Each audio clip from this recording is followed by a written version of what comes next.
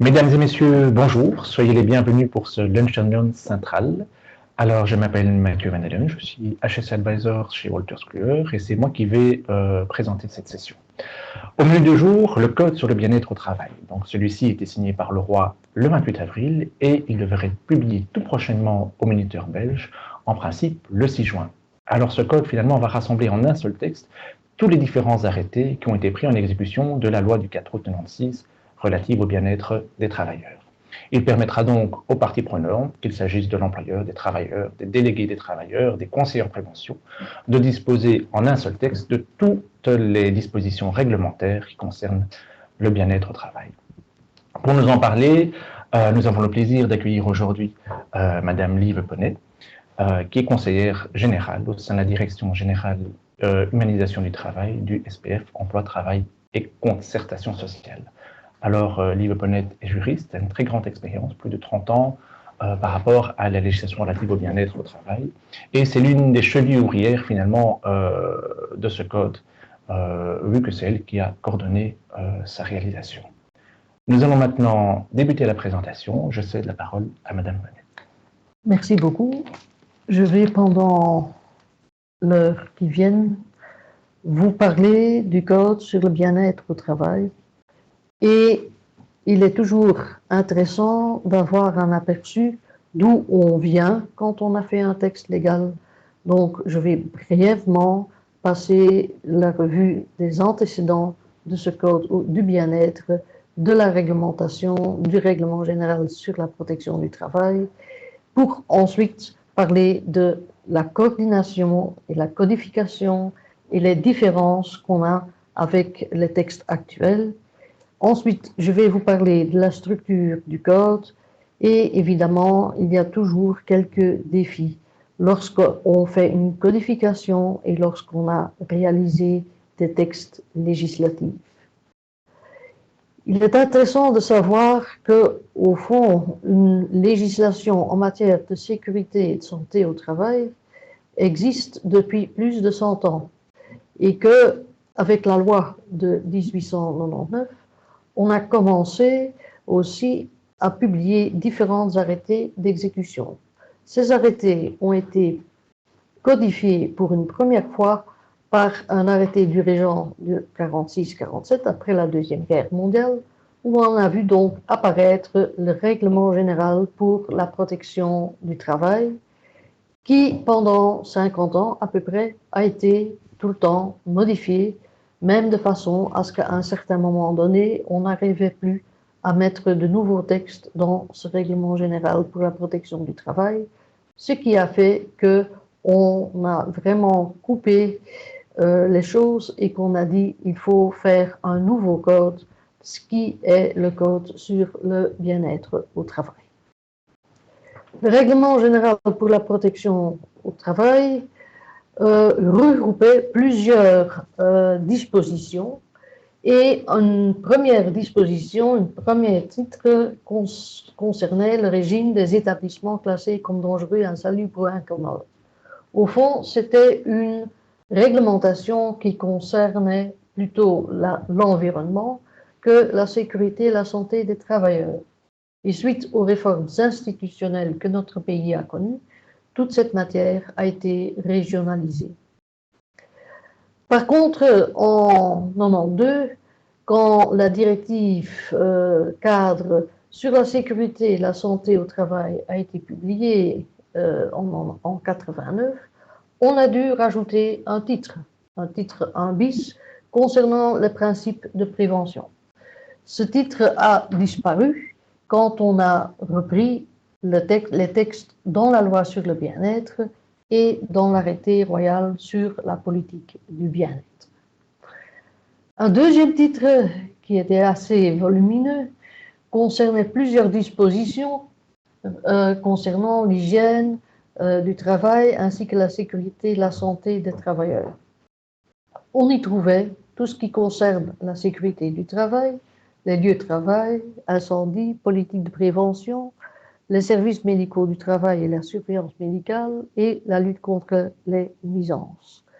Et au fond, dans ce titre 2, on trouvait presque toutes les dispositions qui était relatif à la sécurité et la santé des travailleurs.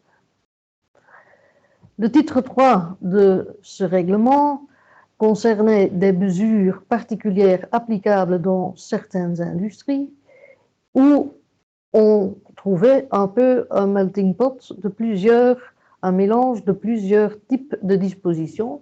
Il y avait pas mal de dispositions qui concernaient l'environnement et plus particulièrement des secteurs spécifiques.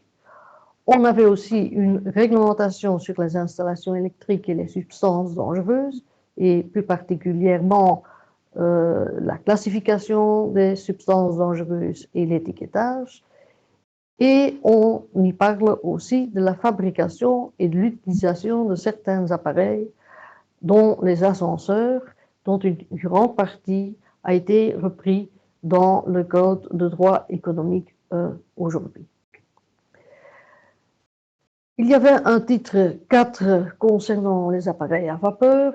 Là, deux types de dispositions, des dispositions qui concernaient la fabrication des appareils à vapeur et des dispositions qui concernaient l'environnement.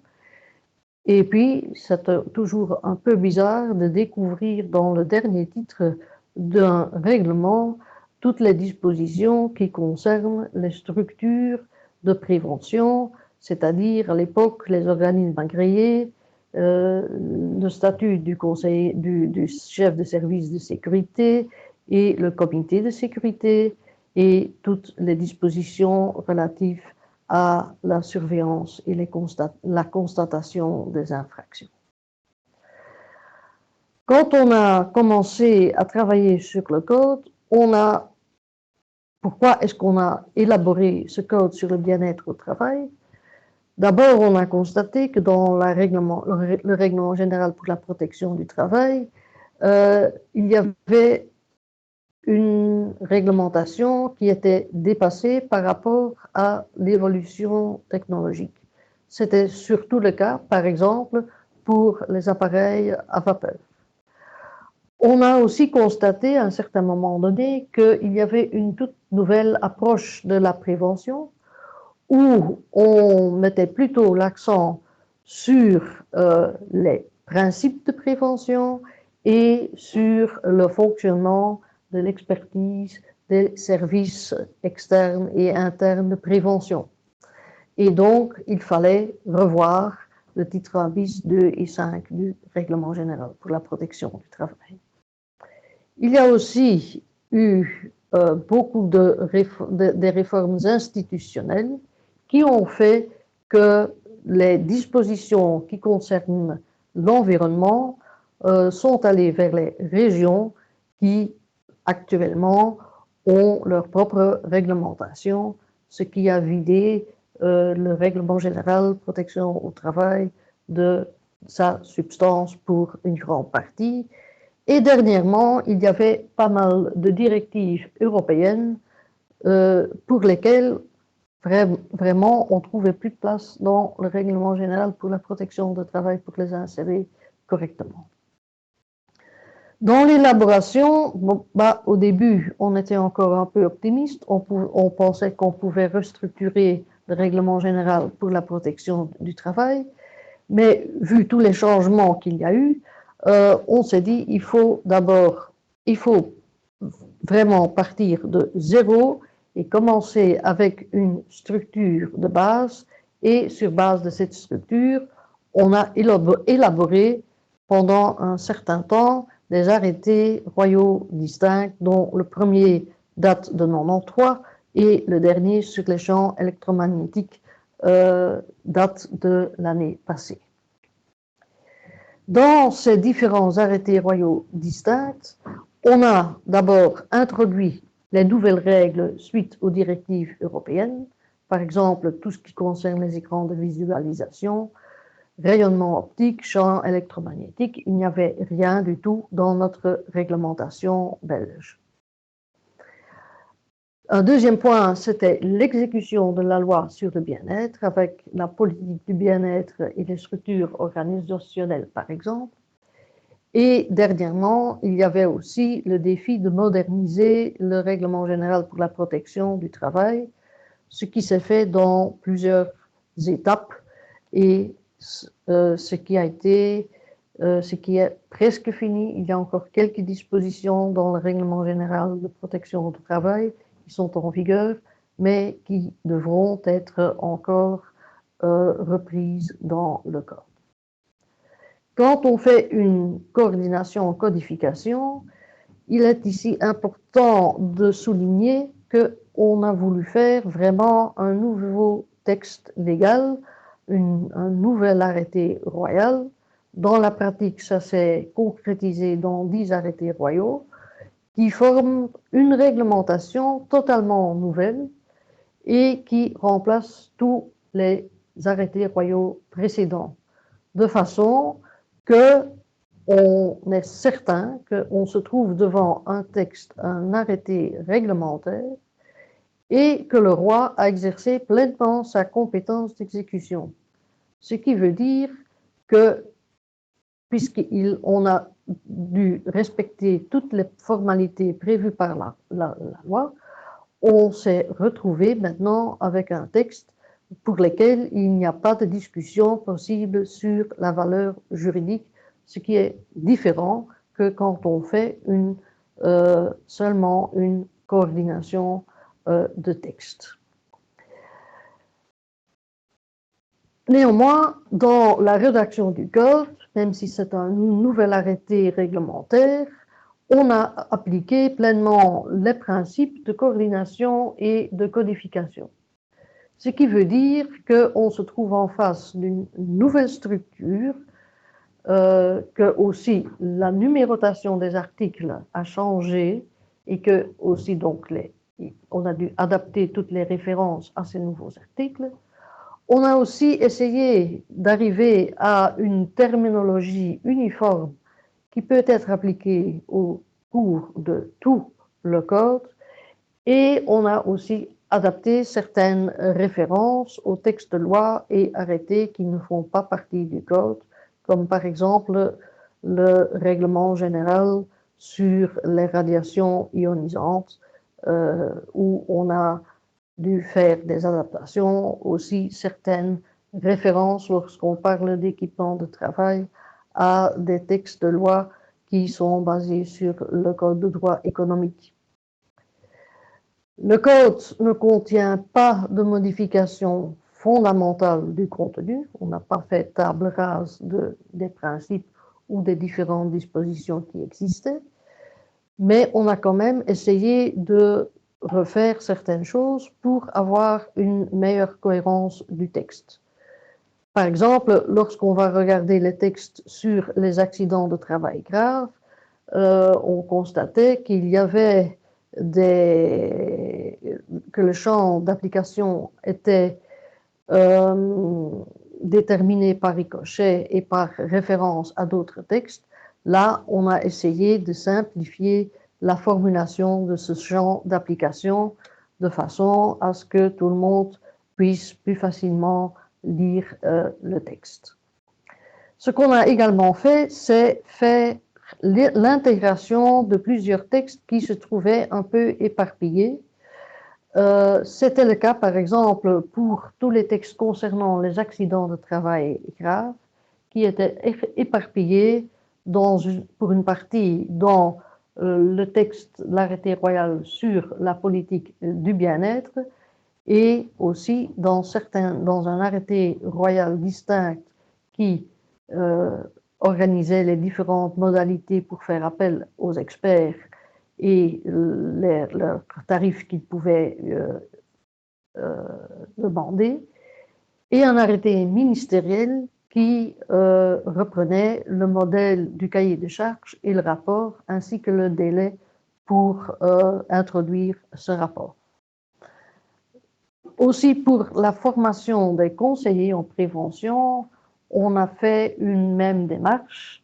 Il y a 2 arrêtés qui parlent de la formation du conseiller en prévention.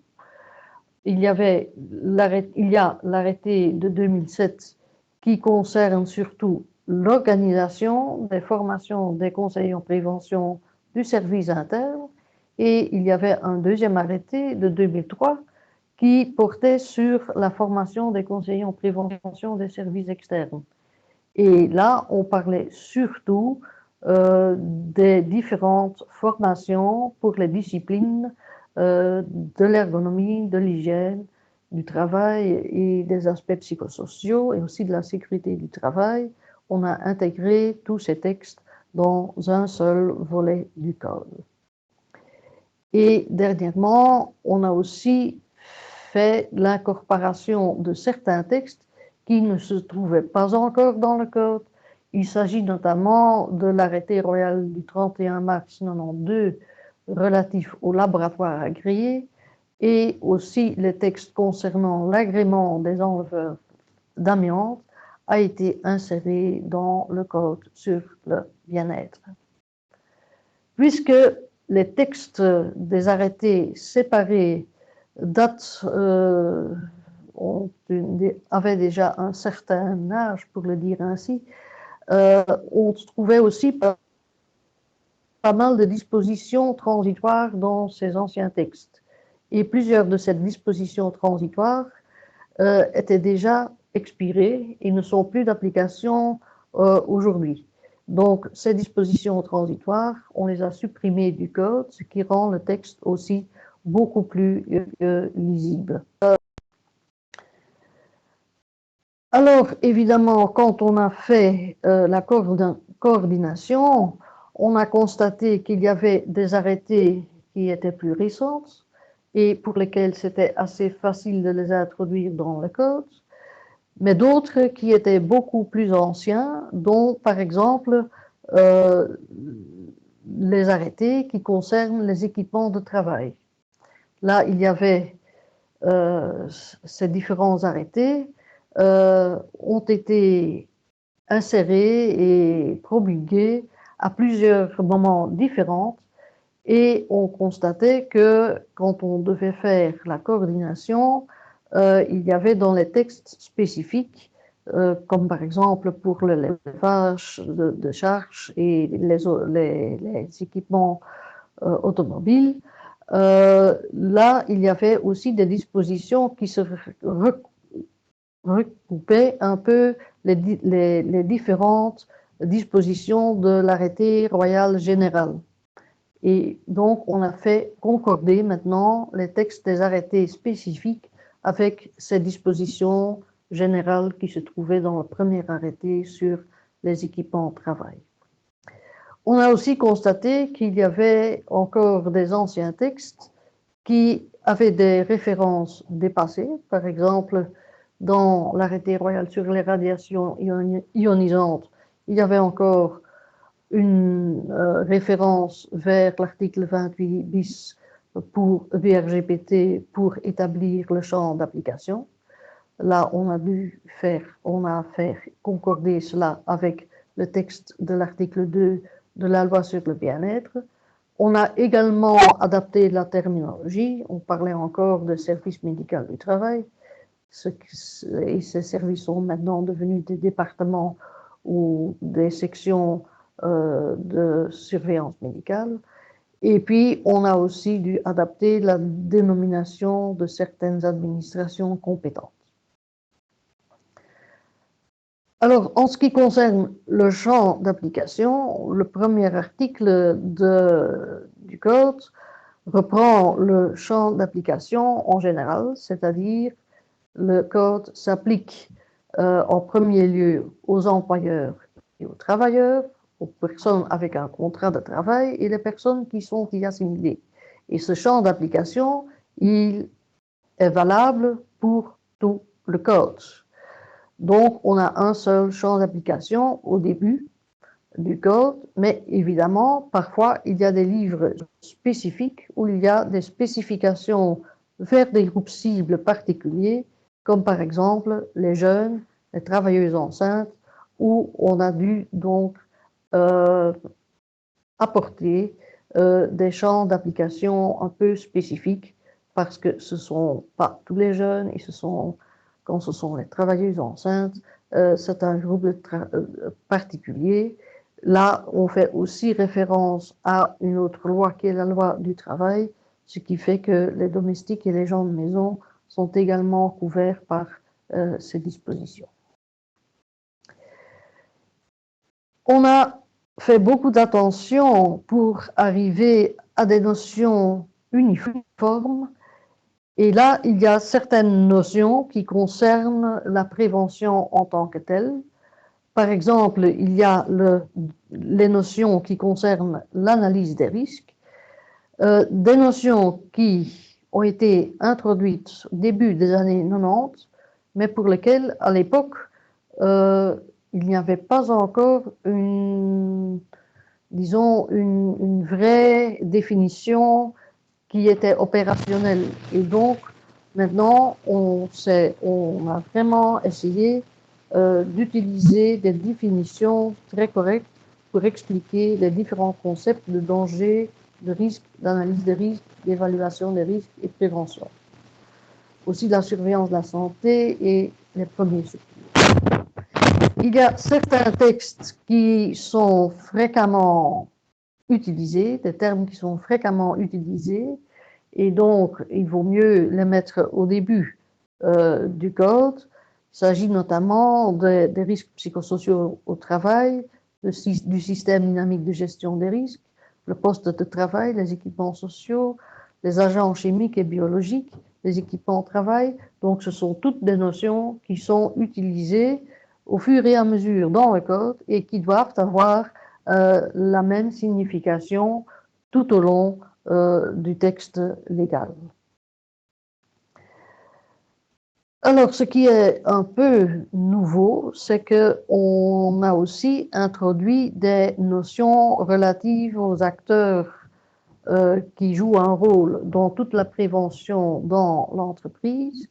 Et il y a d'abord, évidemment, la notion de ligne hiérarchique qui, jusqu'à maintenant, n'a jamais été définie dans un texte légal et pour lequel on a trouvé que c'était important de faire apparaître qu'il s'agit de tous les travailleurs qui sont désignés par l'employeur et qui exercent une partie de l'autorité de celui-ci sur les travailleurs.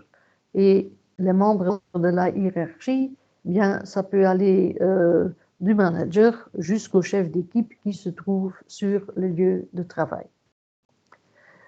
Le concept de conseiller en prévention est tout d'abord un concept général. Il s'agit de toute personne physique d'un service interne ou externe qui assiste l'employeur, les membres de la ligne hiérarchique et les travailleurs pour l'exécution de la politique du bien-être et qui, pour ce faire, remplit les conditions réglementaires pour pouvoir exercer cette fonction. Mais à certains endroits dans le code, on vise des disciplines bien déterminées, comme par exemple dans tout le chapitre qui concerne les risques psychosociaux. Et là aussi, on a donc dû définir le concept de conseiller en prévention aspects psychosociaux. On a fait la même chose pour le médecin du travail qui joue un rôle important dans la surveillance de la santé, mais également dans l'analyse des risques.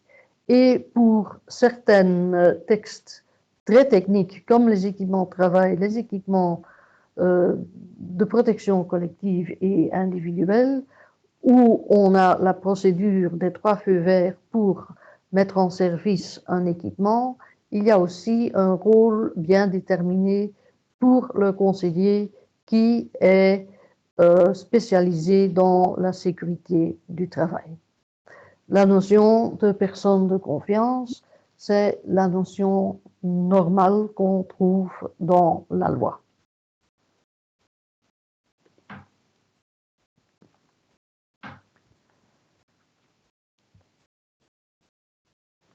Parfois, on parle dans le code aussi de personnes compétentes et on posait souvent la question, oui, une personne compétente, qui est-ce? Donc, il s'agit toujours d'une personne désignée par l'employeur qui a acquis, grâce à une formation, les connaissances nécessaires et requises pour pouvoir accomplir des tâches spécifiques déterminées par le code. Et en particulier en rapport avec l'application de certaines mesures de prévention ou l'exécution de contrôles. Par exemple, lorsque on est en train de diriger un échafaudage, il faut faire certains contrôles pour voir si tout est bien correct et il faut utiliser la note de calcul. Pour ça, il faut des personnes qui ont une certaine compétence. Il faut aussi des personnes qui ont une certaine compétence dans le cadre de la prévention incendie. Et donc, maintenant, on a essayé de donner une définition de cette personne compétente pour qu'on sait au moins quels doivent être les critères qui doivent être remplis pour pouvoir faire ces missions. Autre personne présente sur le lieu de travail, c'est le texte qu'on trouve actuellement déjà dans la réglementation. Évidemment, quand on se trouve dans un code qui veut reprendre toute la réglementation, on fait pas mal de références à certains services, à certains acteurs, à certains textes de loi, pour un peu pouvoir abréger ces différentes citations et ces références. On a utilisé aussi des définitions qui sont un peu impropres, qui sont plutôt des citations en abrégé, pour qu'on ne va pas toujours dire loi du 4 août 1996 sur le bien-être au travail, eh bien on parle uniquement de la loi. La même chose pour le code, quand il faut encore faire référence au RGPD, on a aussi défini la RGPD, on a aussi défini le règlement général sur les installations électriques et le règlement général rayonnement ionisant et deux règlements européens dont l'un concerne REACH et l'autre concerne la classification et l'étiquetage des substances dangereuses. Aussi certains acteurs qui interviennent, des acteurs de l'autorité publique comme le ministre, les services et fonctionnaires du SPF, le Conseil supérieur pour la prévention et la commission opérationnelle permanente qui est créée au sein de ce Conseil supérieur et qui s'occupe notamment de donner des avis sur l'agrément de certaines formations et l'agrément de certains services. Et évidemment, il y a aussi des acteurs au niveau de l'entreprise, comme les services externes pour les contrôles techniques, le laboratoire agréé et le comité. Évidemment, quand on fait une nouvelle réglementation et qu'elle sera publiée au Moniteur belge, normalement, on aurait 10 jours pour se mettre en conformité avec tous les documents, ce qui serait un délai un peu court pour pouvoir adapter les différents documents, ce qui fait qu'on prévoit un délai de 2 ans à partir de l'entrée en vigueur afin de pouvoir adapter les références qu'on fait dans ces documents au nouveau code et à la nouvelle numérotation. Maintenant, je vais vous guider dans la structure du code sur le bien-être au travail. Dans le passé, on avait 8 titres. Maintenant, on a 10 livres. Donc, on a augmenté un peu vers le haut le partage et la répartition des différents textes parce que ça nous donne un peu plus de latitude et de liberté pour par après pouvoir adapter certaines dispositions et introduire de nouveaux textes. Chaque livre est réparti dans des titres, des chapitres, des sections et des sous-sections. Et c'est aussi maintenant le cas qu'on a essayé de trouver une numérotation qui reflète aussi un peu dans quel livre on se trouve. Dans la numérotation des différents articles, on va reprendre d'abord un chiffre romain qui détermine le livre, un deuxième chiffre qui est un chiffre arabe qui reprend le numéro de l'article, et après cela, on a après un tiret plat, on trouve une numérotation continue. Cela permet de voir tout le temps dans quel livre et dans quel titre on se trouve quand on fait référence à un certain article. Cela peut s'illustrer, par exemple, avec le livre 8 sur les contraintes ergonomiques, dans lequel on a un premier titre, siège de travail et siège de repos, qui reprend 4 articles, l'article 8.1.1 jusqu'à l'article 8.1.4. Un deuxième titre sur les écrans de visualisation, qui reprend l'article 8.2.1 jusqu'à l'article 8.2.6. Et un troisième titre sur la manutention manuelle de charge, qui reprend l'article 3.1 jusqu'à l'article 3.10. Et cela donne donc plus de possibilités pour pouvoir insérer de nouveaux textes dans la réglementation.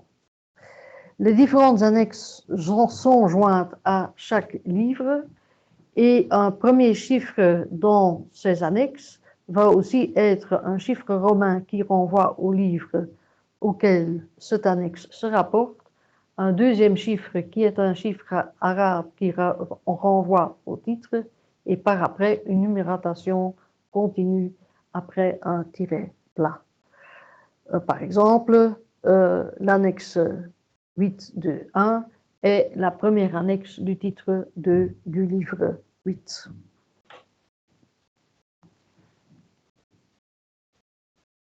Comment est-ce que ce code est maintenant structuré? On a des livres. Le premier livre reprend les principes généraux et par rapport à ce qui était le cas jusque maintenant, il y a maintenant un premier titre qui reprend certaines dispositions introductives, dont la première disposition concerne l'origine des dispositions et plus particulièrement les références vers les directives européennes qui sont transposées en droit belge.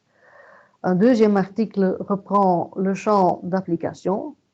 Comme je vous ai expliqué, il s'agit ici d'une disposition générale qui détermine les personnes auxquelles le code s'applique, mais qui ne porte pas préjudice à parfois devoir avoir un champ d'application plus spécifique pour certains livres. Et on y retrouve aussi l'article sur les différentes définitions. Le livre premier reprend les grands principes généraux, c'est-à-dire les principes généraux relatifs à la politique du bien-être, mais aussi tout ce qui concerne les risques psychosociaux, la surveillance de la santé, ainsi que les premiers secours et les mesures en cas d'accident du travail. Toutes ces mesures-là ont vraiment forment vraiment le socle de base et les principes de ces différents titres sont importants au cours de tout le code. Et donc, pour les mesures en cas d'accident grave, comme je l'ai déjà dit, on a intégré plusieurs dispositions qui étaient un peu éparpillées sur plusieurs textes. Un deuxième livre aussi important, enfin, ils sont tous importants, mais qui est vraiment un socle de base, c'est le livre 2 qui concerne les structures organisationnelles et la concertation sociale, dans lequel on trouve d'une part tous les services qui donnent une expertise aux employeurs et aux travailleurs. Il y a évidemment le service interne de la prévention et la protection au travail, mais aussi les services internes communs qu'on peut considérer comme la première ligne dans le chef de l'employeur et qui va faire la prévention de première ligne. Les services externes qui se trouvent déjà un peu en deuxième ligne et qui vont aider les services internes et l'employeur quand l'employeur n'a pas toutes les expertises dans sa propre entreprise. On parle aussi de la formation et du recyclage des conseillers en prévention. Et il s'agit là aussi bien des conseillers en prévention, des services internes que de celles qui sont internes. Et puis, on a aussi deux titres qui concernent des services qui vont faire des contrôles spécifiques, les contrôles techniques sur le lieu de travail et les laboratoires agréés.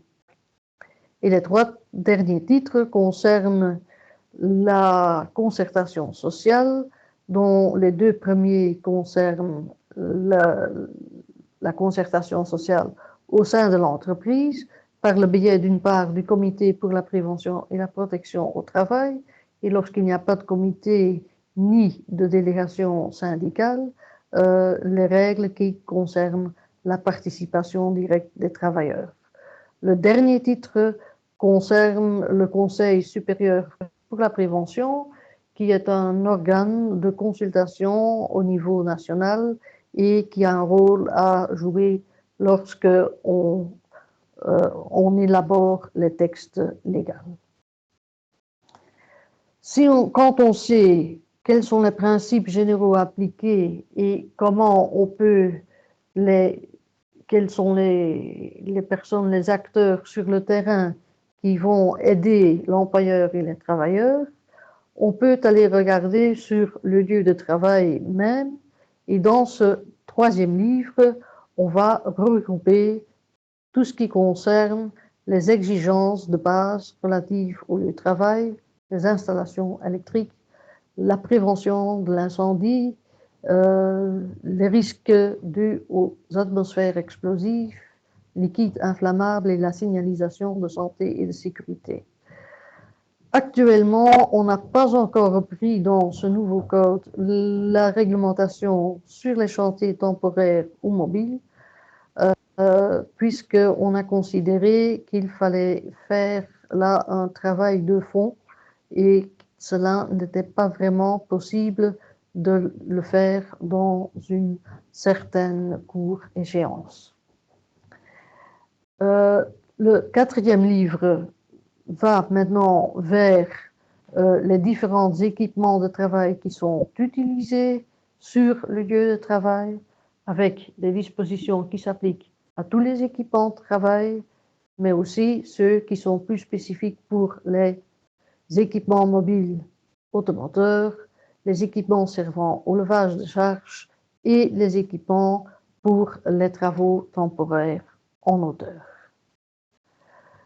Dans le cinquième livre, on va s'occuper des facteurs d'environnement et des agents physiques, des ambiances thermiques, le bruit, les vibrations, les différents rayonnements ionisants, optiques, les champs électromagnétiques, ce sont tous des agents physiques.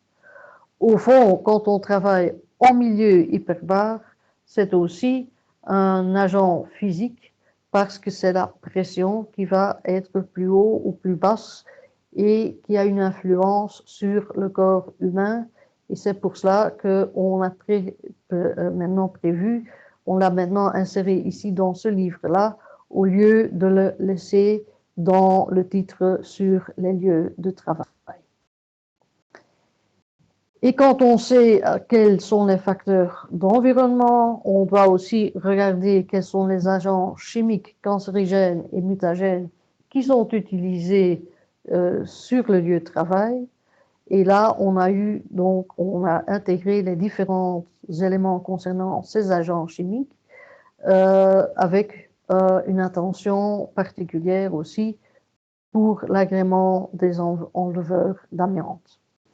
Le livre 7 concerne les agents biologiques, les différents virus, parasites, etc., qu'on peut rencontrer notamment dans des laboratoires.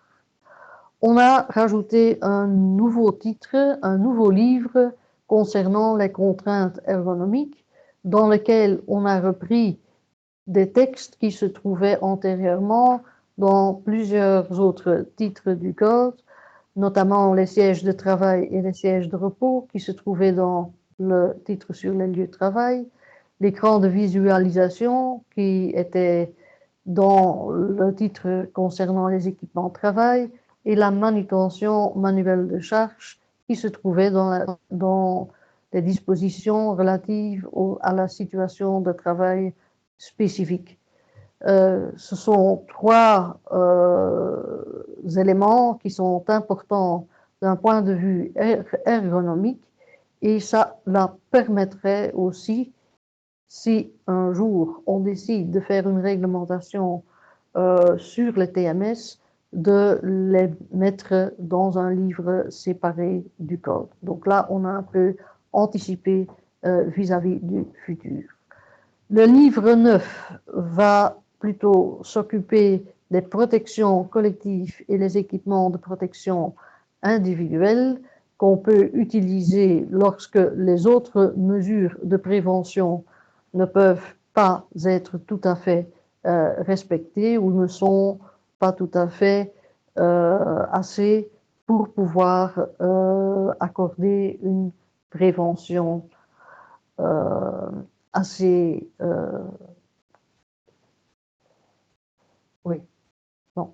Dans le livre 10, le dernier livre, on s'occupe de l'organisation du travail et des catégories spécifiques des travailleurs, dont le travail de nuit et les travailleurs postés, mais aussi le travail intérimaire, et certaines catégories spécifiques de travailleurs, les jeunes, les stagiaires et la protection de la maternité. Lorsqu'on élabore un code, il y a évidemment certains défis qui sont lancés.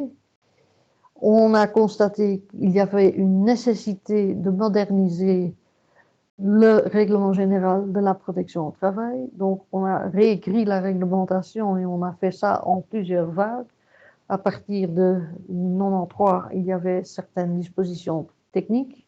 Avec la loi sur le bien-être, on a créé des nouveaux textes sur la politique de bien-être et des structures. Et puis, au fur et à mesure, on a aussi inséré la surveillance de la santé, premiers secours, ambiance thermique, etc. Lorsqu'on écrit un texte légal, c'est pas quelque chose qui se fait dans une université ou dans un monde un peu académique. On est toujours en face d'un processus de la concertation sociale, un processus qui peut avoir une longue durée, comme vous pouvez le voir. Ça prend au moins 3 ans quand on élabore un texte légal et quand on doit commencer à zéro et qu'il faut aussi en tenir compte de la préparation technique, juridique et administrative et la suivi du texte, eh bien, ça prend un certain temps pour pouvoir prendre les différents textes et de les mettre en œuvre. Évidemment, il y a parfois aussi des décisions politiques qui viennent s'intercaler et qui font en sorte que le processus est encore un peu plus long. On se pose parfois la question, est-ce que la législation peut aider les gens? Il faut toujours tenir compte du fait qu'un texte, il va toujours refléter un moment déterminé. Il donne la solution pour un problème déterminé, une solution qui est généralement acceptée par la société. Et dans ce sens-là, un texte réglementaire est toujours plus ou moins statique. Par exemple, il y a certains principes comme la responsabilité de l'employeur, qui est un socle, qui est quelque chose, qui est un principe avéré et qui ne va pas changer dans le futur. Mais il faut toujours tenir compte du fait qu'un texte, dès qu'il est né, pour le dire ainsi, il va mener sa propre vie, il va être interprété et on va certainement trouver des lacunes qu'il faudra combler. Dans notre société, il faut aussi tenir compte du fait que la législation est souvent utilisée pour donner un nouvel élan et pour trouver de nouvelles solutions dans une société qui est toujours en évolution. On peut penser aux nouvelles technologies, on peut penser au vieillissement, on peut penser à la migration, on peut penser aux formes de travail nouvelles, comme par exemple la sous-traitance qui va donner certains défis et qui va nous demander aussi de compléter toujours le code sur le bien-être au travail. Le droit, c'est quelque chose qui n'est pas vraiment stable, il est toujours en mouvement parce qu'on veut, avec le droit, répondre aux besoins nouveaux.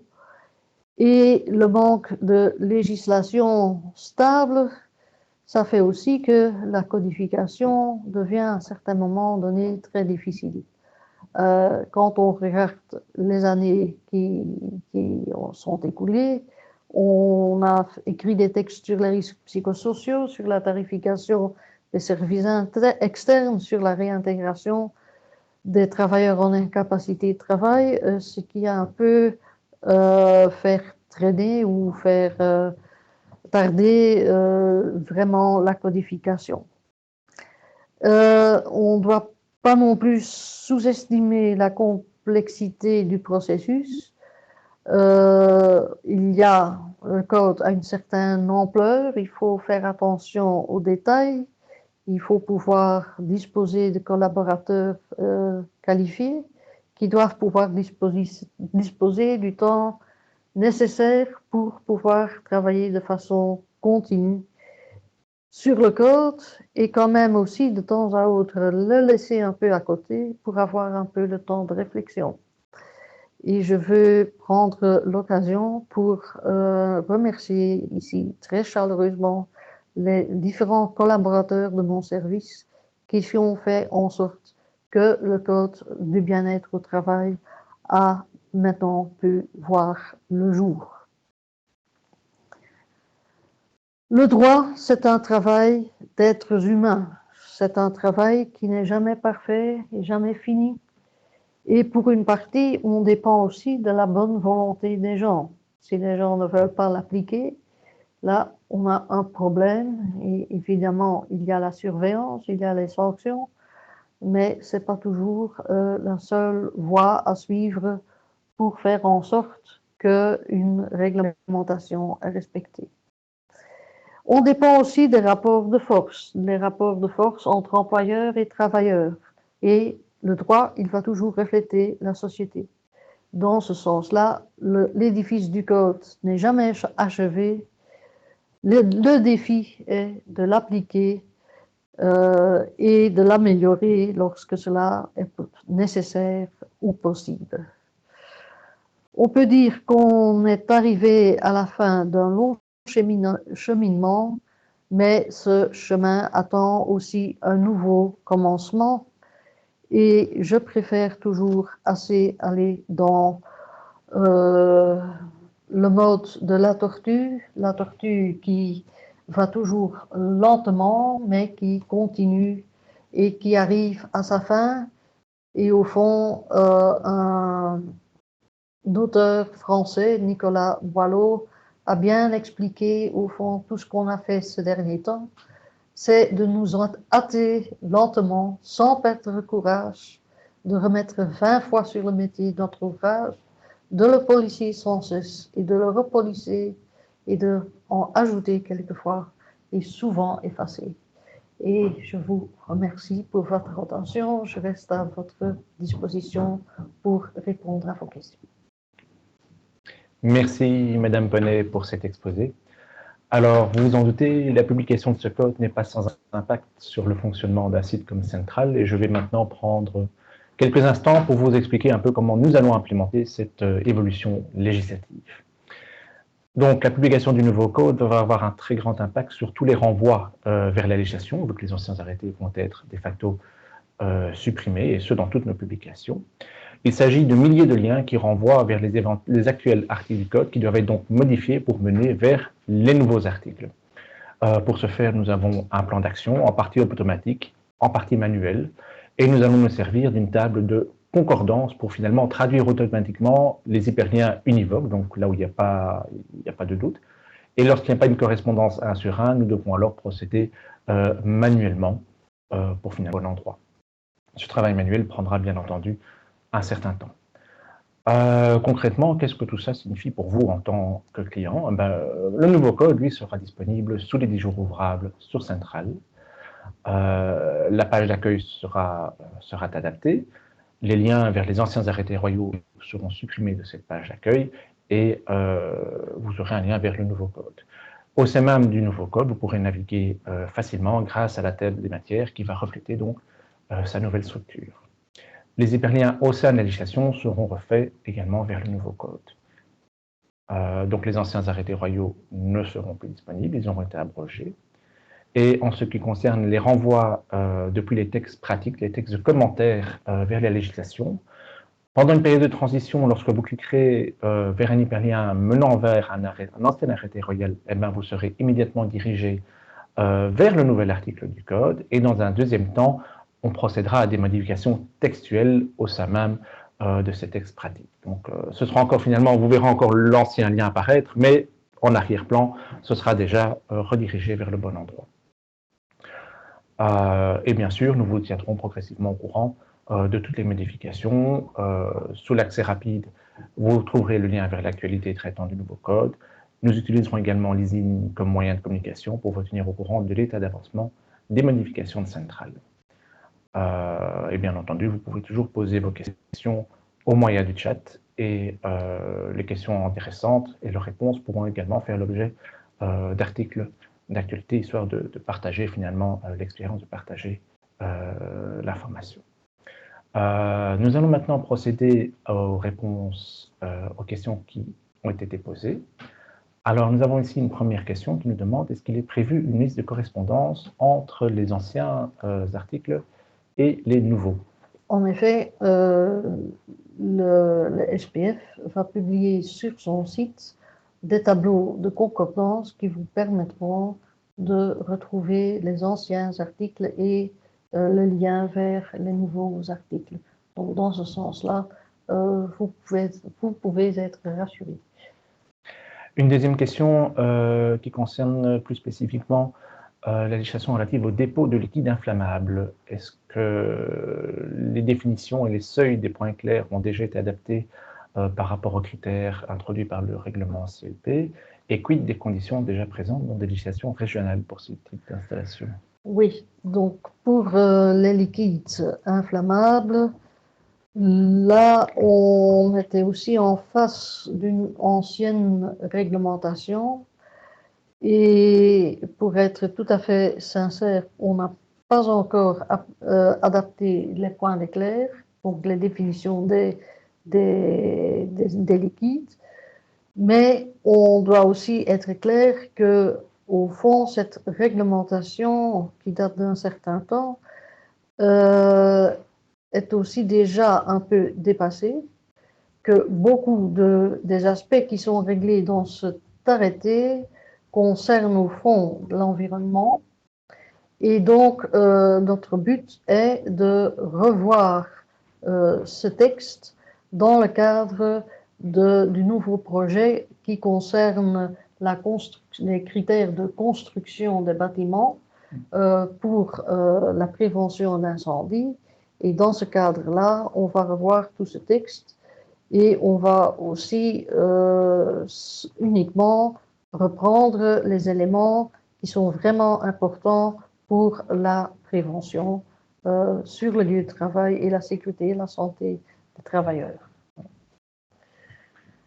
Une troisième question, on nous demande quand est-ce que le nouveau code sera officiellement d'application? Donc, il est prévu, si tout va bien, parce que je n'ose plus dire quand il va être publié, le nouveau code donc, il sera normalement publié le 6 juin 2017 et il entrera en vigueur le 16 juin 2017.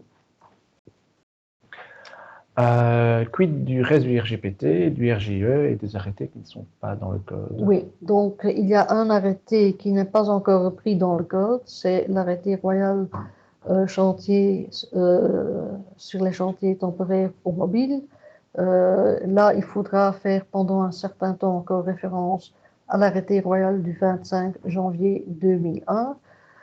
Pour ce qui concerne le RGPT en tant que tel, je peux vous dire qu'il ne reste plus beaucoup de choses dans l'RGPT actuel et on va donc essayer de graduellement vider le RGPT.